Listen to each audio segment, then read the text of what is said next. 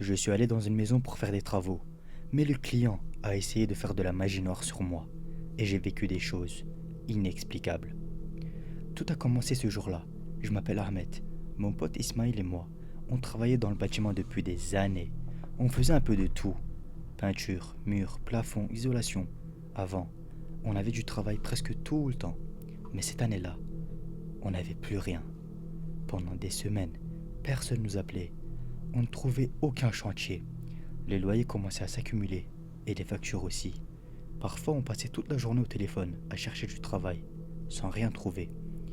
Et un soir, on était assis dans ma voiture avec Ismail. On regardait encore des annonces sur nos téléphones.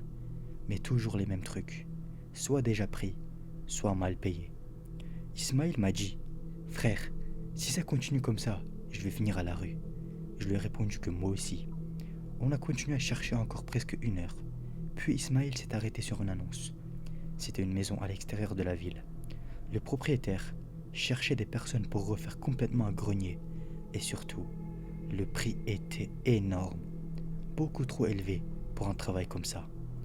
On s'est regardé direct. Ismail a dit: C'est bizarre, non? Moi, honnêtement, je pensais surtout à l'argent. Alors j'ai répondu: On s'en fout, on prend le travail. J'ai appelé immédiatement. Un homme a répondu. Je lui ai demandé si le travail était toujours disponible.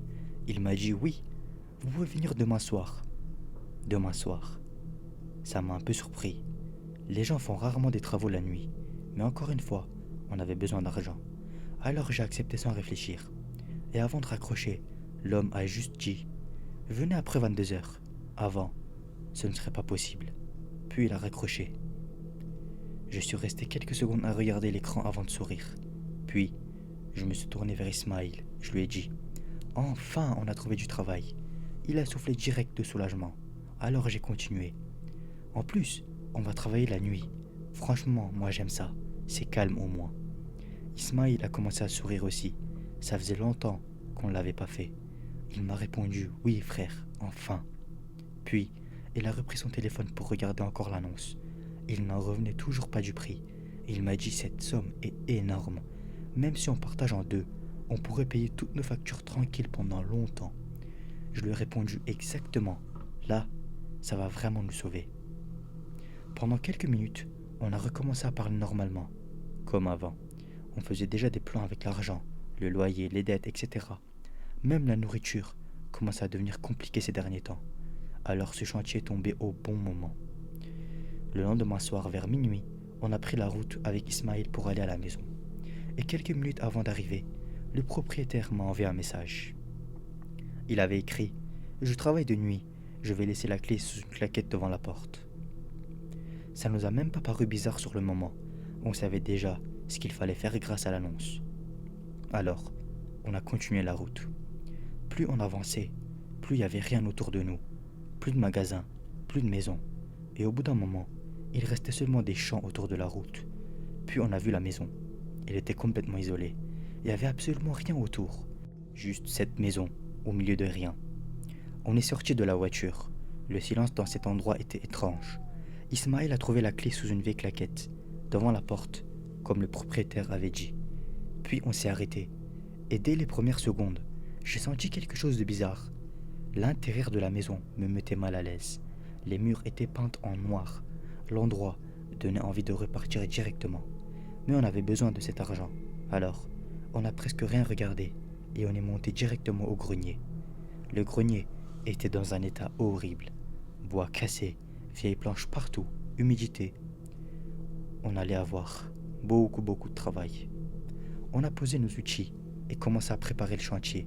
Mais depuis qu'on était entré dans cette maison, quelque chose était trop bizarre. Je me sentais malade et Ismail avait l'air pareil. Pour essayer de changer l'ambiance, Ismail a allumé la radio. Il a mis nos musiques préférées. Normalement, on chante toujours quand on travaille. Mais cette fois, rien.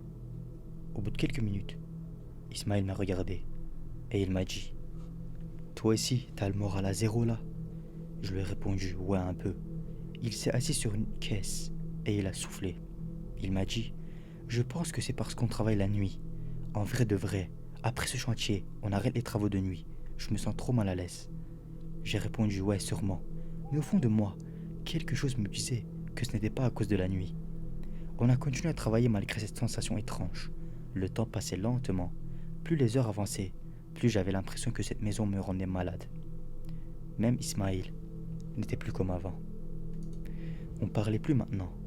Et vers 3h40 du matin, on a décidé de faire une pause. On était épuisés.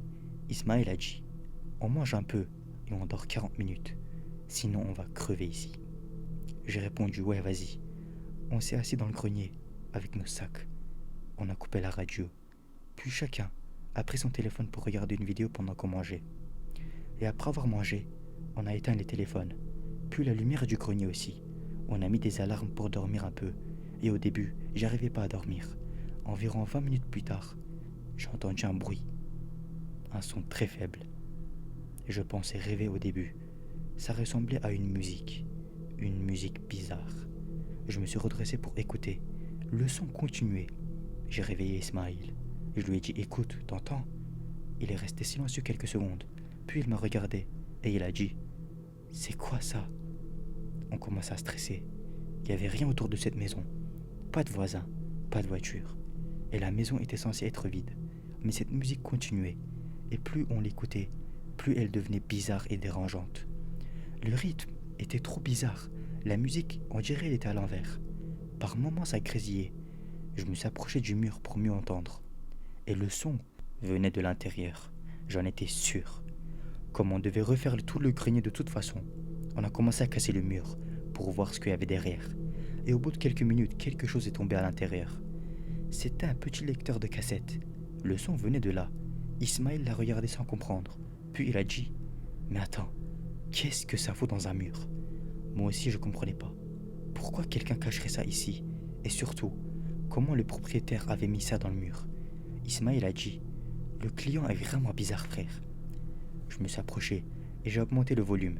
Et dès que le son est devenu plus fort, on a tous les deux senti notre poitrine se serrer, comme une énorme pression d'un coup. Ismaïl a insulté direct. J'ai compris. Ce n'était pas une musique.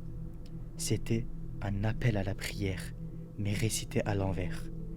Pour ceux qui ne connaissent pas, l'appel à la prière sert normalement à appeler les musulmans à prier à Dieu.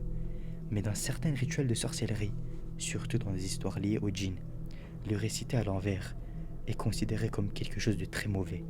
Certaines personnes pensent que ça sert à salir la religion ou à attirer des créatures dangereuses. Et honnêtement, en entendant ça, j'ai eu un vrai mauvais pressentiment. Sans réfléchir, on a explosé la cassette par terre. On ne voulait pas entendre ça. Et on est resté silencieux quelques secondes. Je regardais l'escalier du grenier. J'avais envie de partir. Ismaïl l'a remarqué, alors il m'a dit: frère, on peut pas abandonner maintenant. Et je lui ai répondu: cette maison est pas normale.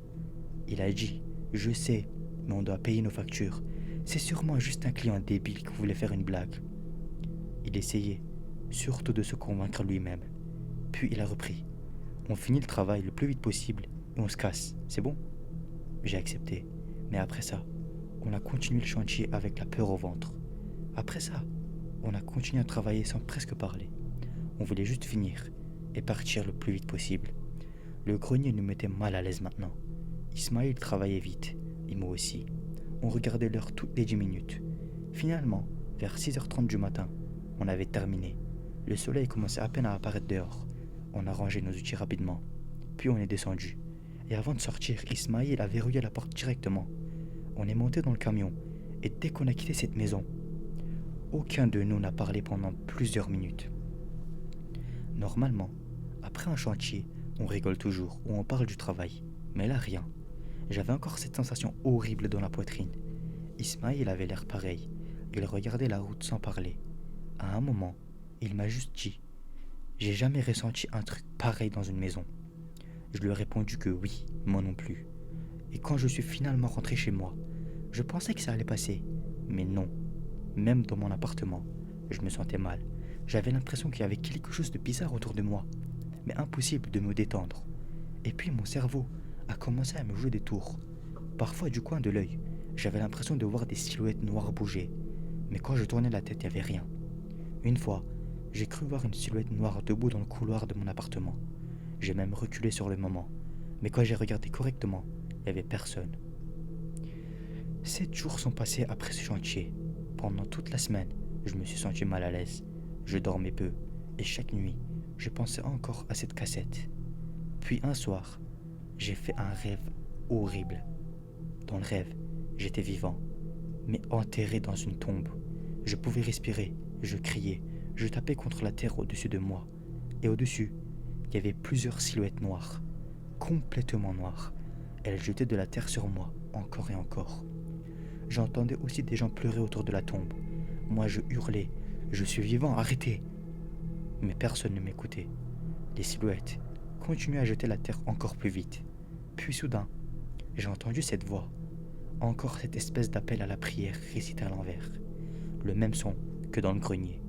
Et dès que le son a commencé, des serpents et des scorpions sont apparus dans la tombe. Ils bougeaient partout sur mon corps. Et à ce moment-là, je me suis réveillé d'un coup. Je respirais très fort. J'étais trempé de sueur. Puis immédiatement, quelqu'un a frappé à ma porte. J'ai regardé l'heure. Il était très tard. Je me suis levé en disant « Qui ça peut être à cette heure-là » J'ai ouvert la porte et c'était Ismaël. Il avait l'air terrorisé. Il est entré directement, sans presque me regarder. Je lui ai dit « Qu'est-ce qu'il y a ?» Mais il ne répondait pas. Il s'est juste assis sur le canapé et il a regardé dans le vide pendant plusieurs minutes. Moi, je restais debout à le regarder. Puis il a finalement parlé. Il a dit « J'ai fait un rêve bizarre. » Je me suis approché doucement. Alors il a continué. J'étais dans une tombe et des silhouettes jetaient de la terre sur moi.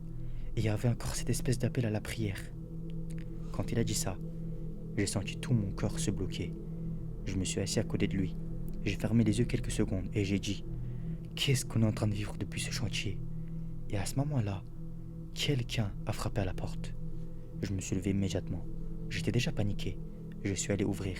Et quand j'ai ouvert la porte, j'ai vu Ismaël. Encore. Il était debout devant moi. Il avait l'air terrifié. Il est entré rapidement dans l'appartement. Mon cœur battait tellement fort que j'arrivais plus à réfléchir. Je me suis retourné vers le salon, mais il n'y avait personne sur le canapé. L'autre Ismaël avait disparu. J'ai commencé à paniquer complètement. Je regardais partout autour de moi sans comprendre. Puis soudain, Ismaël a posé sa main sur mon épaule. Et juste derrière moi, j'ai entendu un cri énorme, une voix grave. Ça venait d'Ismaël. Je crois que c'est les pires sons que j'ai entendus de toute ma vie. Et juste après ça, je me suis évanoui. Quand j'ai rouvert les yeux, il faisait jour. Ismaël était devant moi. Le vrai Ismaël cette fois.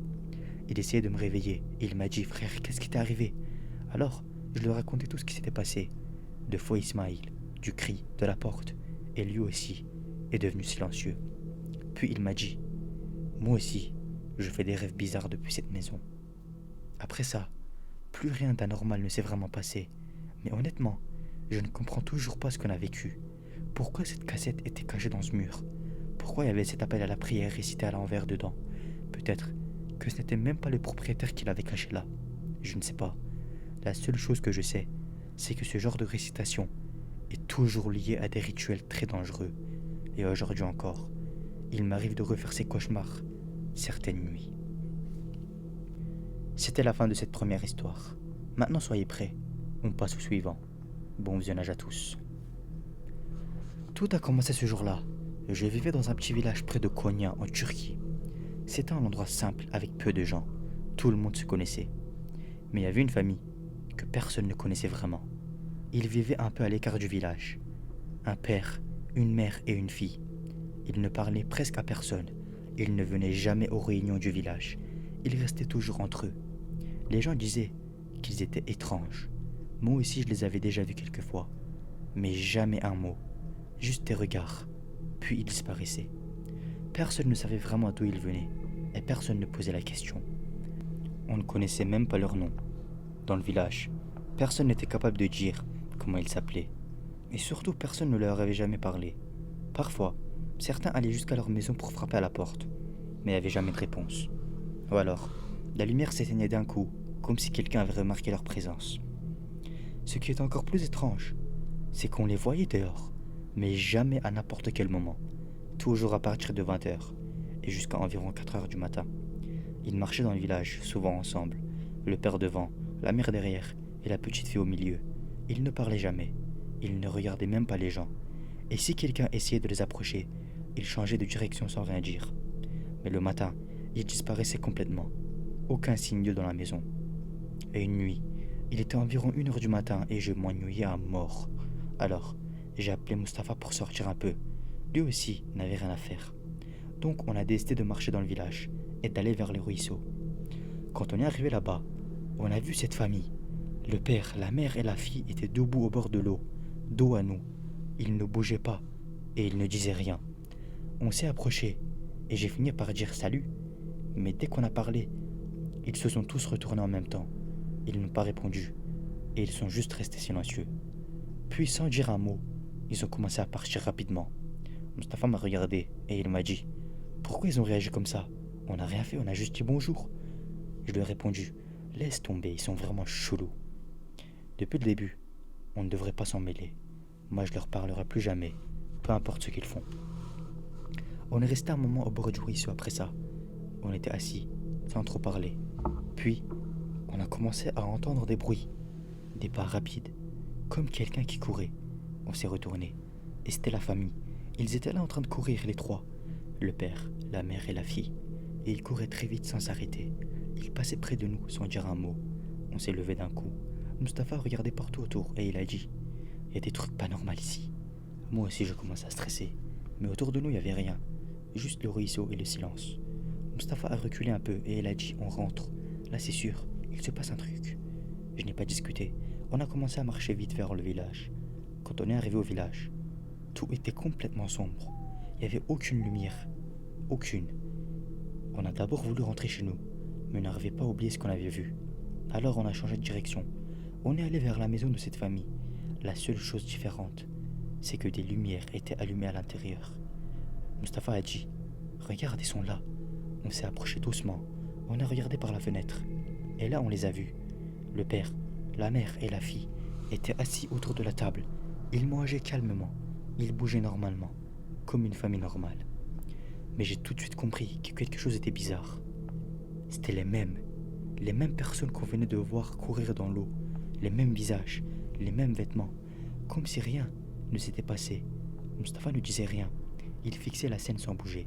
Je lui ai dit « Attends, c'est pas possible. » Il a répondu « On les a vus dehors il y a quelques minutes. » On ne comprenait plus rien. Dedans, ils étaient calmes, mais dehors, ils couraient comme s'ils fuyaient quelque chose. Deux versions de la même famille. Au même moment, Mustapha a dit « On fait quoi ?» Je n'ai pas répondu. Je regardais encore la fenêtre et j'ai dit « J'en sais rien, mais on devrait partir maintenant. » Mustapha et moi, on regardait par la fenêtre et on avait le souffle coupé. Parce qu'à l'intérieur, la famille n'était pas normale cette fois. C'était comme si quelque chose ne fonctionnait pas correctement avec eux. Le père a pris sa cuillère dans le bol de soupe, mais son mouvement était bizarre. Sa main était sur la table et en une fraction de seconde, après, elle était déjà à sa bouche. Il n'y avait pas de transition, comme si l'image sautait. Aucun son non plus, il n'y avait pas de bruit de vaisselle, pas de bruit de chaise. Il y avait juste des images et les visages. La mère souriait une seconde, puis elle pleurait juste après, puis elle devenait complètement vide. Ça changeait sans arrêt, sans pause. Mustapha m'a chuchoté. C'est pas normal. Je n'arrivais pas à détourner les yeux. Ce n'étaient pas des émotions normales. C'était comme si quelqu'un changeait leurs expressions en direct. Après quelques secondes, même leur visage devenait difficile à distinguer. Tout se mélangeait. Mustapha a reculé et il a dit « On ne devrait pas voir ça. » J'ai reculé aussi lentement, mais je continuais à regarder. Une chose était sûre. Ce qu'on voyait là, ce n'était pas une famille normale du tout. Et surtout, ce n'étaient pas les mêmes personnes qu'on avait vues dehors. Mustapha et moi, on s'éloignait de la maison complètement paniqués. On ne parlait même plus correctement. On marchait vite. Quand on est arrivé sur la place du village, on s'est arrêté net. Parce qu'il y avait quelque chose de pire. Tout le village était dehors. Les vieux, les jeunes, tout le monde. Des gens qui normalement dorment à cette heure-là étaient debout dans la rue. Mais personne ne faisait rien. Ils ne parlaient pas, ils ne bougeaient pas. Ils étaient tous orientés dans la même direction, vers la maison de cette famille, comme s'ils regardaient tous la même chose. Mustapha respirait très fort. Il a regardé autour de lui et il a dit « Frère, personne n'aide. Tout le monde est là comme des somnambules. » J'ai regardé les gens. Aucun ne réagissait à nous. On aurait dit qu'on n'existait pas pour eux. Mustapha a reculé et il a dit: Mais c'est quoi ce village de fous? Moi, je ne savais même plus quoi répondre. Parce que là, ce n'était plus juste une famille étrange. C'était tout le village qui était devenu anormal. Et puis d'un coup, tous les habitants se sont retournés vers nous en même temps. Ils nous fixaient, sans bouger.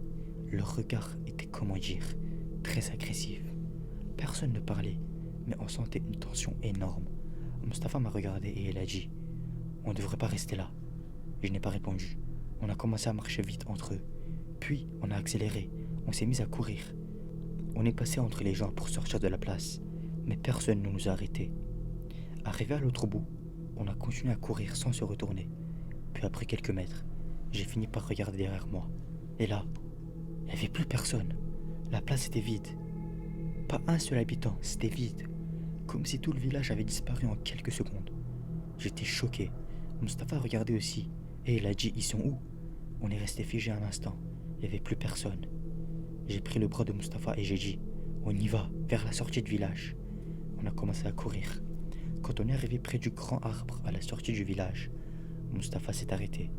Il a mis ses mains sur son visage. Je les entends, il a dit. Il n'y avait aucun bruit autour. J'ai crié: Tu entends quoi? Mustapha a baissé ses mains. Il m'a regardé. Ses yeux n'étaient plus normaux.